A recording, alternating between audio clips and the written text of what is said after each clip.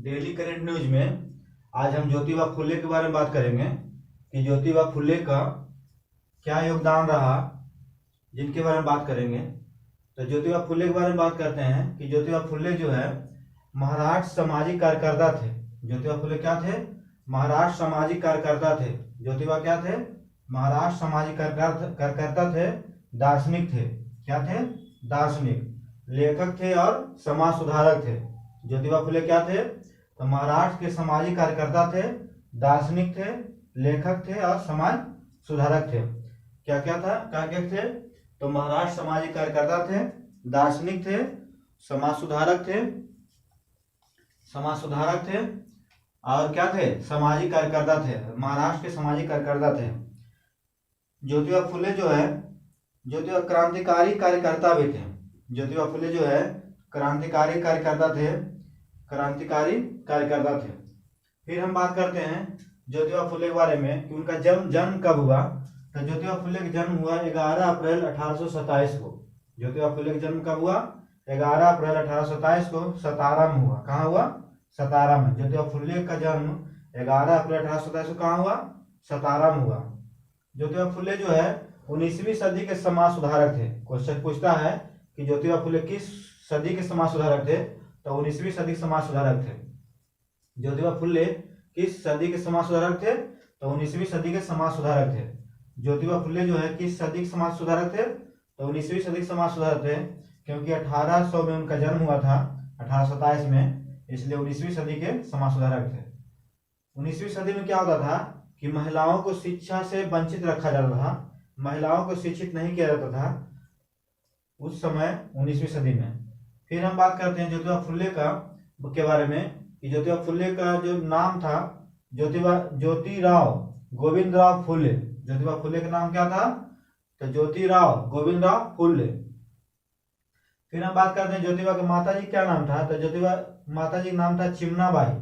ज्योतिबा फुले के माता जी का क्या नाम था? चिमनाबाई। ज्योतिबा फुले के माता जी क्या नाम था? चिमनाबाई था। और ज्योतिबा फुले के पिताजी क्या नाम था? गोविंदराव। ज्योतिबा फुले के पिताजी क्या नाम था? गोविंदराव। ज्योतिबा फुले के पिताजी क्या नाम था? गोविंदराव। ज्योतिबा फुले के पिताजी क्या नाम था? गोविंदराव। जबकि माता क्या नाम था? तो चिमनाबाई। ज्योतिबा फुले के माता क्या नाम था? चिमनाबाई। ज्योतिबा फुले का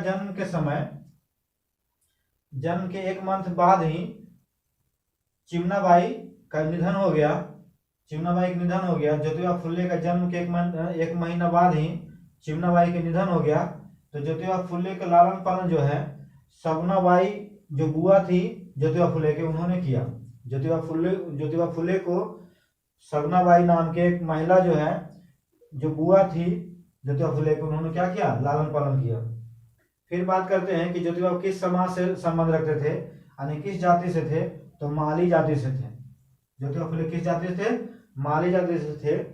ज्योतिबा फुले किस जाति से थे? माली जाति से। कौन सी जाति से थे? माली जाति से। ज्योतिबा फुले किस जाति से संबंध रखते थे? माली जाति से थे। यानी माली जाति का काम क्या था?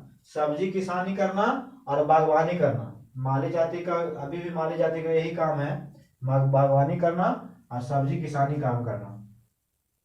फिर हम बात करते हैं ज्योतिबा फुले के बारे में कि 1888 में क्या हुआ कि महात्मा की उपाधि दिया गया। ज्योतिबा फुले को महात्मा की उपाधि दिया गया। कब दिया गया? तो 1888 को। 1888 में क्वेश्चन पूछता है कि ज्योतिबा फुले को महात्मा की उपाधि कब दिया गया? तो 1888। ज्योतिबा फुले को महात्मा की उपाधि कब दिया गया? 1888। कहाँ दिया गया? महाराष्ट्र में। कहाँ दिया गया? महाराष्ट्र में। ज्योतिबा फुले को महात्मा की उपाधि कहाँ दिया गया? 1888 में। तो महाराष्ट्र में। कहाँ दिया गया? 1888 में महाराष्ट्र में। 1888 में कहाँ दिया गया? महाराष्ट्र में। ज्योतिबा फुले को महात्मा की उपाधि कहाँ दिया गया? तो महाराष्ट्र में 1888 में। किनके द्वारा दिया गया? तो विठल राव कृष्णाजी बंदेकर। किनके द्वारा महात्मा की उपाधि दिया गया? तो विठल राव कृष्णाजी बंदेकर। क्वेश्चन पूछता है कि महात्मा की उपाधि किनके द्वारा दिया गया था ज्योतिबा फुले को? तो विठल राव कृष्णाजी बंदेकर। क्या नाम था उनका? तो विठल राव कृष्णाजी बंदेकर। महात्मा की उपाधि देने वाला क्या नाम था? विठल राव कृष्णाजी बंदेकर। फिर हम बात करते हैं कि ज्योतिबा फुले के बारे में कि इनका विचारधारा क्या था। तो ज्योतिबा फुले की विचारधारा जो था स्वतंत्रता था, मैंने स्वतंत्रता करवाना, स्वतंत्रता था, समाजवाद था। ज्योतिबा फुले का विचारधारा क्या था? स्वतंत्रता और समाजवाद, समतावाद। ज्योतिबा फुले का विचारधारा क्या था? स्वतंत्रता था, समतावाद था, समाजवाद था। ज्योतिबा फुले की विचारधारा क्या था? स्वतंत्रता, समतावाद, समाजवाद। फिर हम बात करते हैं ज्योतिबा फुले के बारे में कि इनका विवाह कब हुआ। तो ज्योतिबा फुले का विवाह जो है मात्र 13 साल के ही आयु में यानी 1840 में उनका विवाह हो गया। ज्योतिबा फुले का विवाह कब हो गया? तो 13 वर्ष की आयु में 1840 में हो गया। ज्योतिबा फुले का विवाह कब हो गया? 13 वर्ष की आयु में हो गया, विवाह हो गया 1840 में। किनके साथ हुआ? तो सावित्री बाई। किनके साथ हुआ? सावित्री बाई। किनके साथ हुआ? सावित्री बाई। ज्योतिबा फुले का विवाह किनके साथ हुआ? सावित्री बाई। सावित्री बाई के साथ हुआ। सावित्री बाई का जन्म कब था? तो 3 जनवरी 1831। सावित्री बाई का जन्म कब था? 3 जनवरी 1831।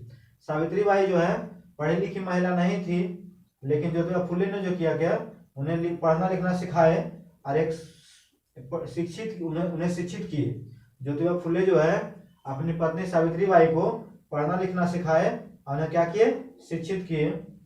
फिर हम बात करते हैं ज्योतिबा फुले के बारे में कि वह जो है बाल विवाह विरोधी थे। ज्योतिबा फुले जो है बाल विवाह विरोधी थे। 19वीं सदी में जो है बाल विवाह का प्रचलन बहुत ज्यादा था।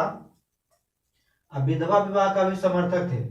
विधवा विवाह का भी समर्थक थे। ज्योतिबा फुले जो है विधवा विवाह के समर्थक थे। विधवा विवाह करने नहीं दिया जाता था उस समय 19वीं सदी में, तो विधवा विवाह का भी समर्थक थे।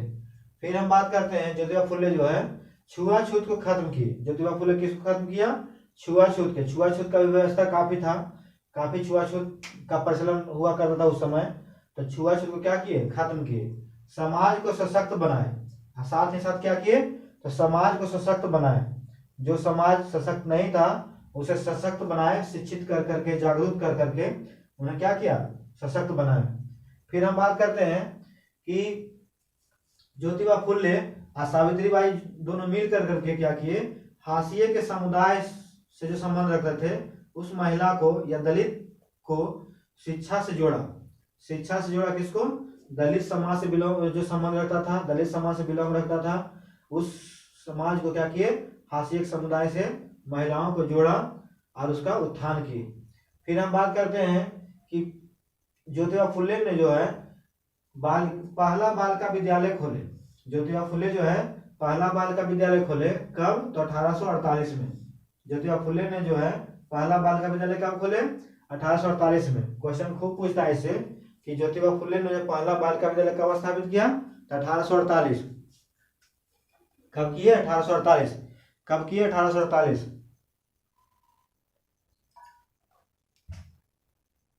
1848 ज्योतिबा फुले ने जो है पहला बालिका विद्यालय कब स्थापित किए?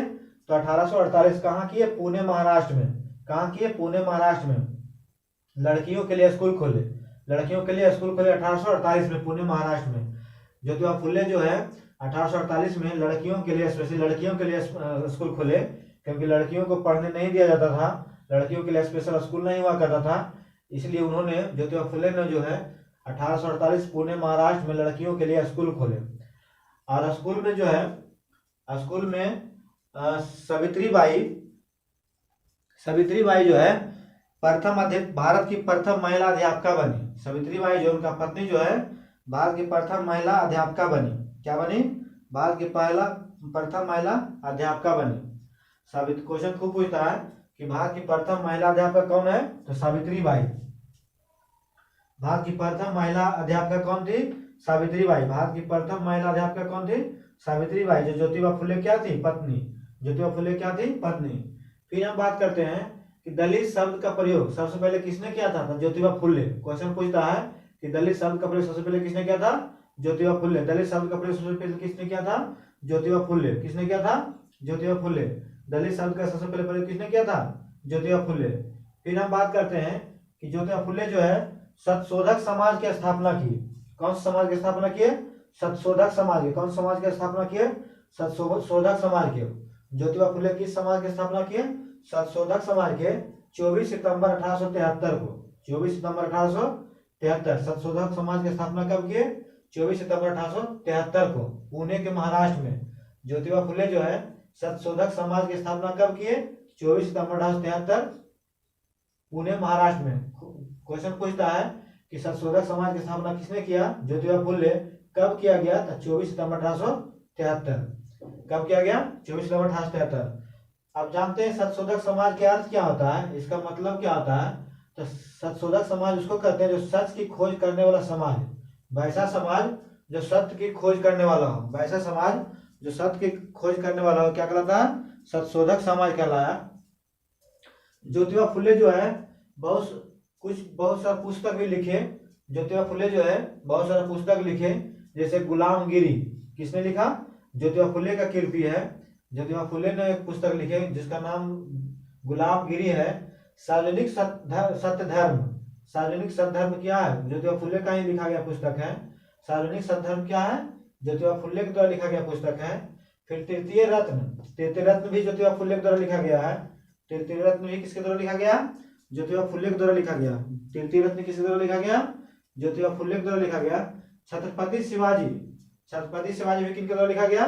ज्योतिबा फुले के द्वारा लिखा गया। छत्रपति शिवाजी किसके द्वारा लिखा गया? ज्योतिबा फुले के द्वारा लिखा गया। किसान का कोड़ा हमेशा एग्जाम में पूछता है। किसान का कोड़ा नामक पुस्तक किसने लिखे? तो ज्योतिबा फुले।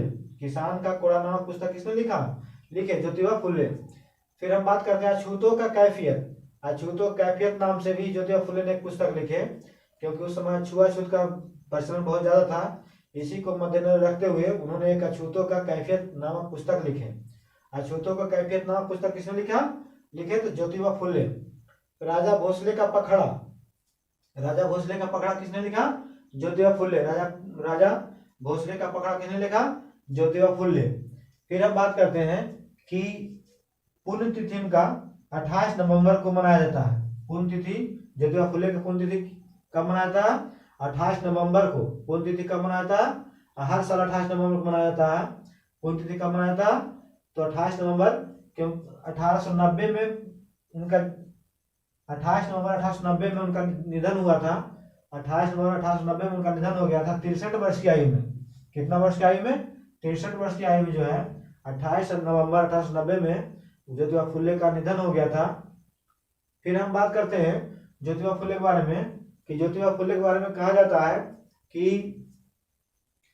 जब एक बार अपने दोस्त पंडित समाज से संबंध रखने वाले दोस्त के साथ शादी में गए, तो शादी में जाने के बाद जो है उन्हें शादी समारोह से निष्कासित कर दिया गया, भगा दिया गया, क्योंकि वो निम्न कुल के जाति से संबंध रखते थे। ज्योतिबा फुले जो है निम्न कुल के जाति से संबंध रखते थे, इसलिए उनको क्या कर दिया? शादी समारोह से निकाल दिया गया। तो उनको काफी दुख हुआ, काफी आहत हुए और अपने पिताजी से आके पूछे कि पिताजी मेरे साथ ऐसा क्यों किया गया, जबकि उस समय हम बहुत अच्छे से, रहन सहन भी अच्छा था, वेशभूषा भी अच्छा था, फिर भी ऐसा क्यों किया गया?